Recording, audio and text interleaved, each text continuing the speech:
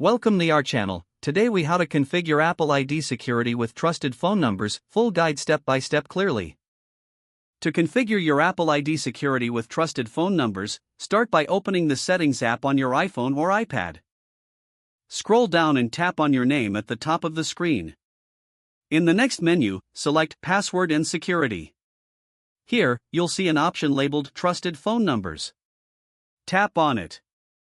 If you're prompted, enter your Apple ID password for verification. To add a new trusted phone number, tap Add Trusted Number. Choose whether you want to add a phone number where you can receive calls or texts. Enter the phone number you wish to add. Select the type of phone number, either phone or text. After entering the number, tap Next. You will receive a verification code on the phone number you just entered. Check your messages or calls for this verification code. Once you receive the code, enter it on your device and tap Verify. Your trusted phone number is now successfully added to your Apple ID security. If you need to remove an existing trusted phone number, return to the Trusted Phone Numbers section. Select the number you wish to remove. Tap Remove Number and confirm your choice. Always ensure that you have at least one trusted phone number on your account for security purposes. Regularly review your trusted phone numbers to keep your account secure and up to date.